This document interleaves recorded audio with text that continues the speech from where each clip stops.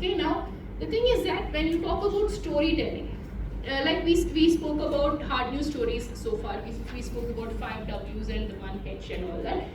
But when you are trying to capture audiences for their attention, you need to tell them a story. You cannot give them just facts and expect them to be interested. Okay, so a story can be called a uniquely powerful and effective communications tool that can be put to use by virtually anyone. So you don't have to be a science major, you don't have to be a scientist to be able to tell a story. But what you definitely need to know is how to tell a story and to understand the science yourself before you start telling the story. If you don't understand what the science is all about, you cannot tell the story effectively. And tell me, who do you think are the people to whom you will find it the most difficult to tell a story to explain something to?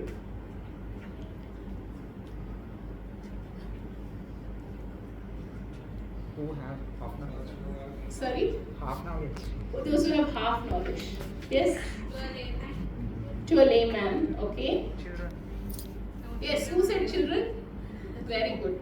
You know, children are the most, because they don't know anything. You have to start from zero. At least when you talk to a lay person, if you tell them vaccine, they know what is vaccine. You tell them epidemic, they know what is epidemic.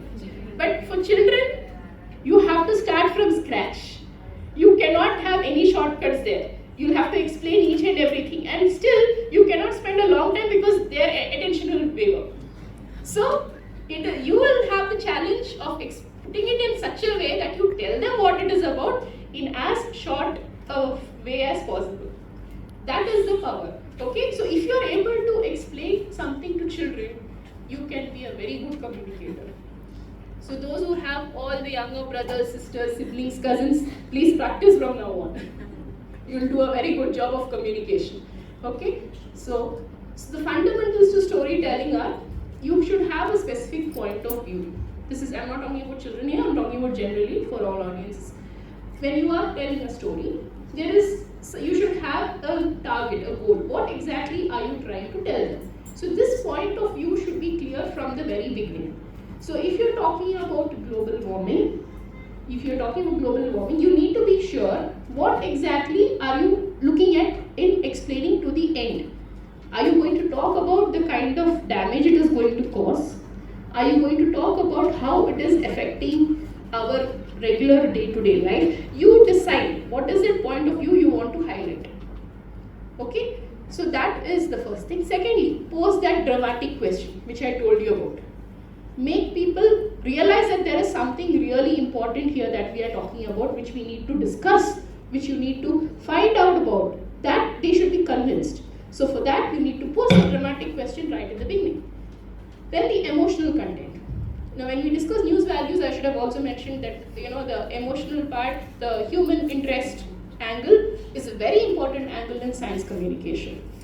People will be more interested in your communication if it is related to people like you and me, normal people like you and me, our daily life, our problems, our travails, our challenges. Then people are more interested. This works not only for other stories but also for science stories. Okay, so try to put in that emotional content, voice that gives context. Okay, so if you are of course using an electronic medium, it depends on who is telling the story, how they tell it.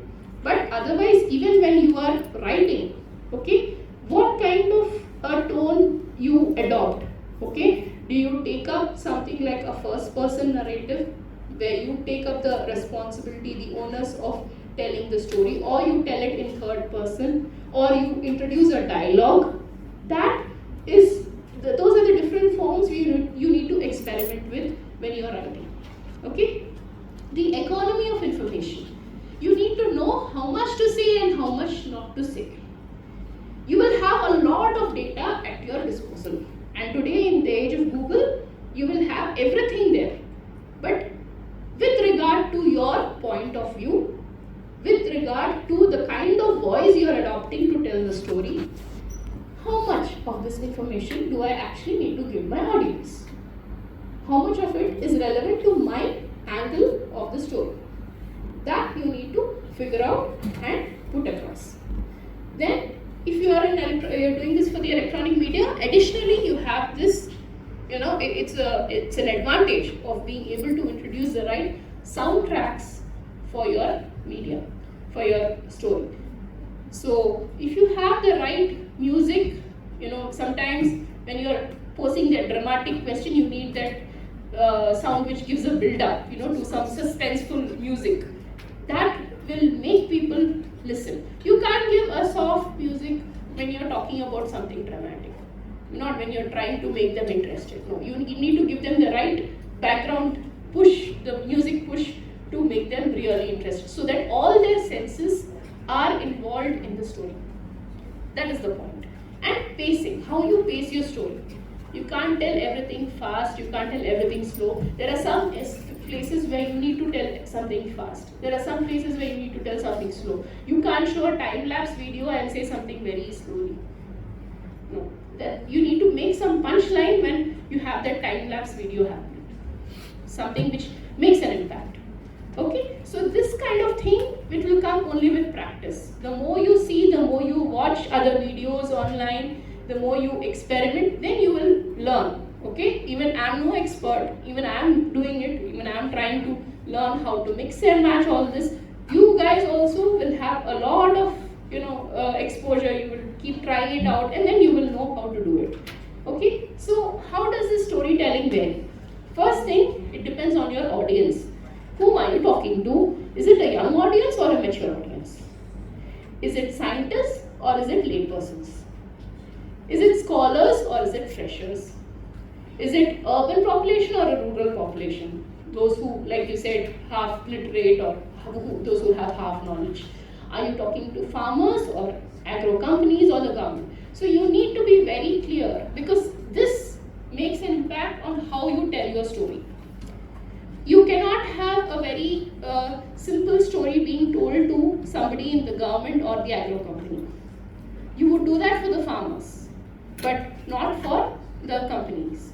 You would put across an interesting story with relatable incidents, probably for laypersons. But if you're presenting something to the scientific community, you would not do that.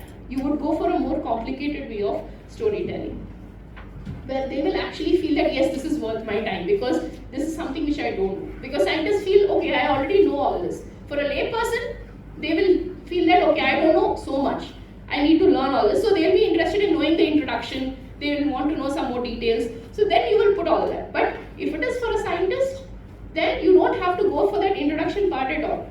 You will go for a different kind of introduction, where you just come to the point and you start off on the information. So how you fashion this depends.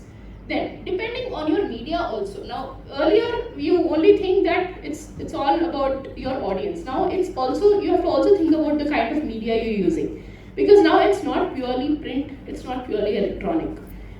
We have this digital wing which we cannot do without. So even if you have a print story, something goes into your newspaper, still you will have your web newspaper, right? Or you will have your website, the news website will be there for that particular newspaper.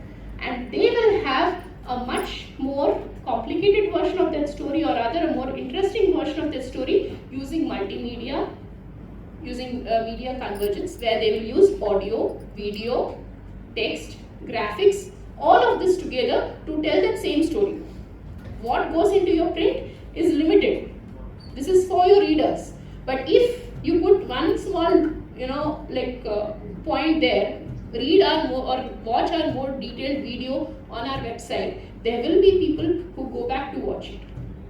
And you have an advantage here actually, because people will know that they can go back to your newspaper to read whatever is written at any time, at any point of time. It becomes your newspaper. The advantages of having a newspaper or something printed there is that people are ready to go back and read it. They can read it at their leisure. And when they have something like this, they'll also mark your website. They'll also remember to go back to your website and watch what you have posted there. So remember that your media is no longer limited to one form. You have to keep exploring side, along with print you have to do this, along with electronic even whether it is radio or whether it is television, you have to have your digital media also advancing side by side. Only then can you have that impact which you really want to have in science communication.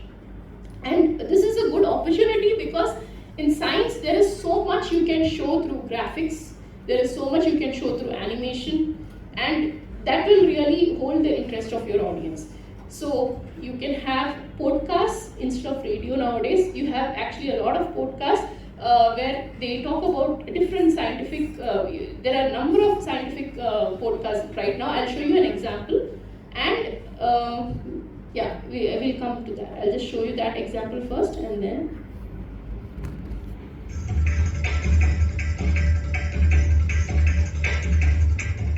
नमस्कार, CSIR CFTRI की अपनी पाक्षिक audio digest थाली tales में आपका स्वागत है।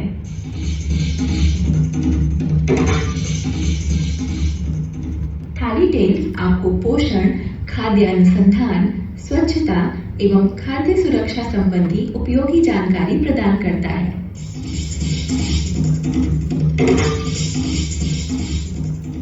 तो लीजिए प्रस्तुत है भाग 1, अंक 8, 14 जून 2019। इस अंक में हम आपके लिए लेकर आए हैं कोको और चॉकलेट, एक मीठी सी कहानी चॉकलेट की, मीठी मीठी लालसा का रहस्य और विज्ञान चॉकलेट की रेशमी कोमलता का। तो लीजिए प्रस्तुत है मिठास से भरा ये अंक।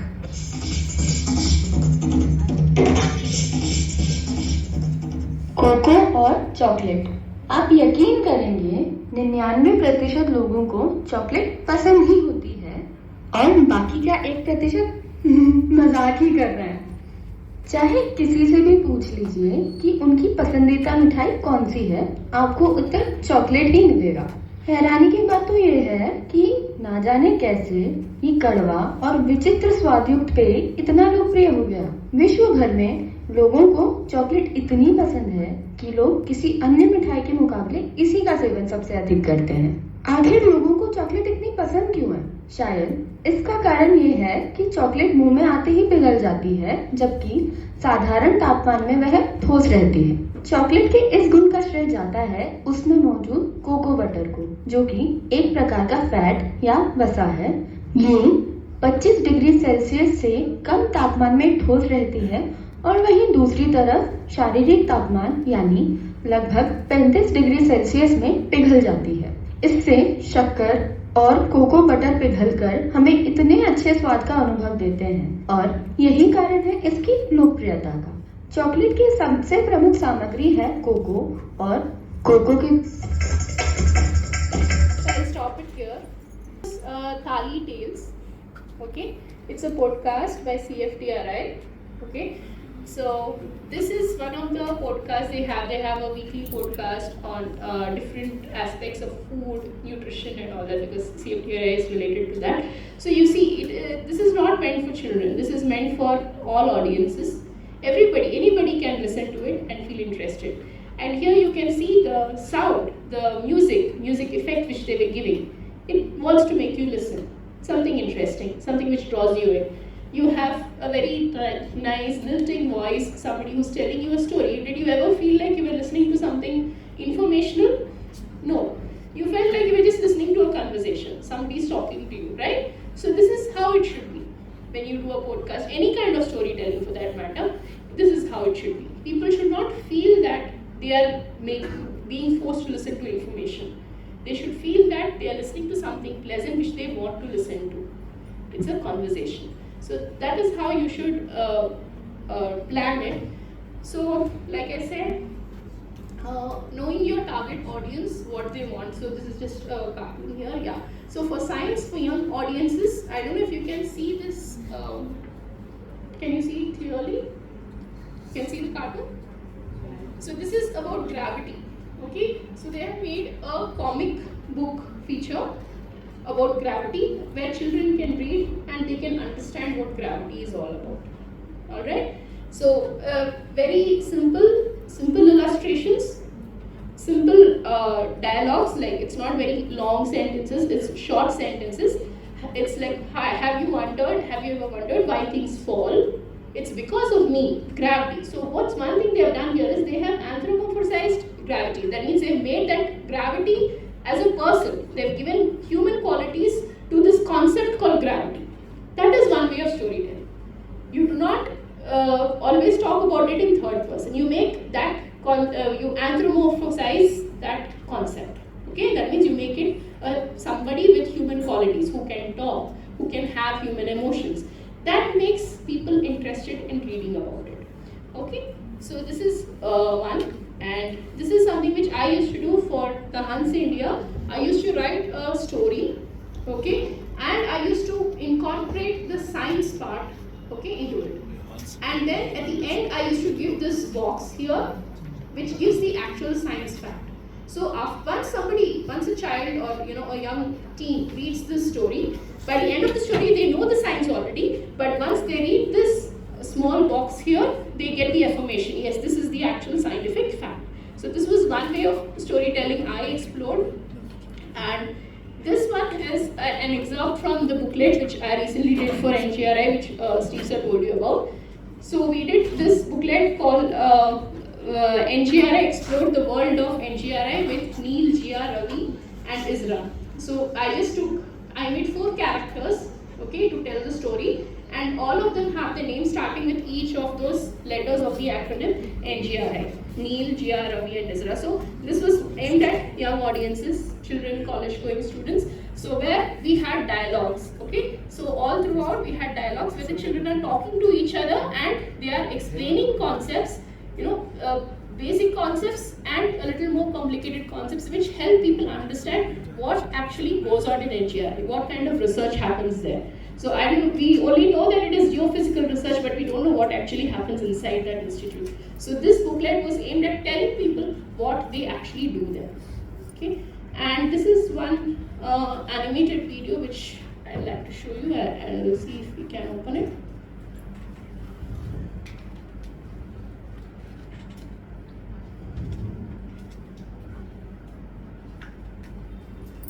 Hatch some cool pets. Click here to make your favorite.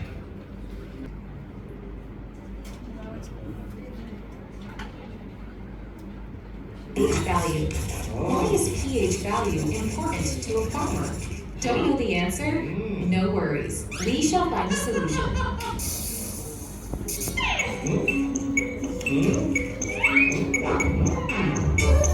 Oh yeah!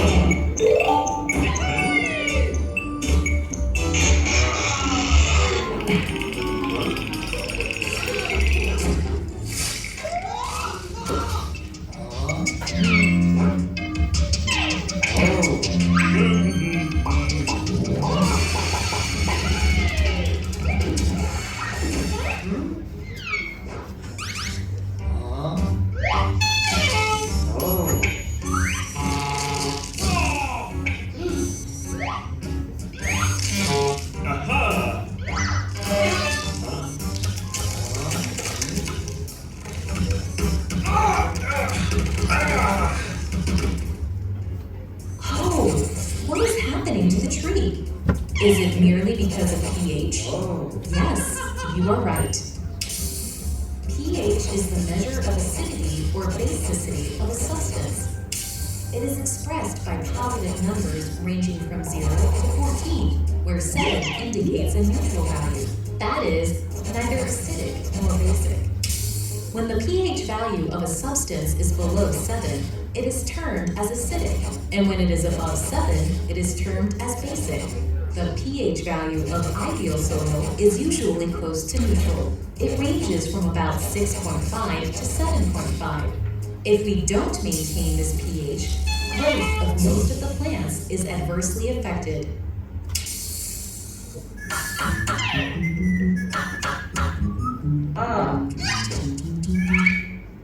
So this was about pH value.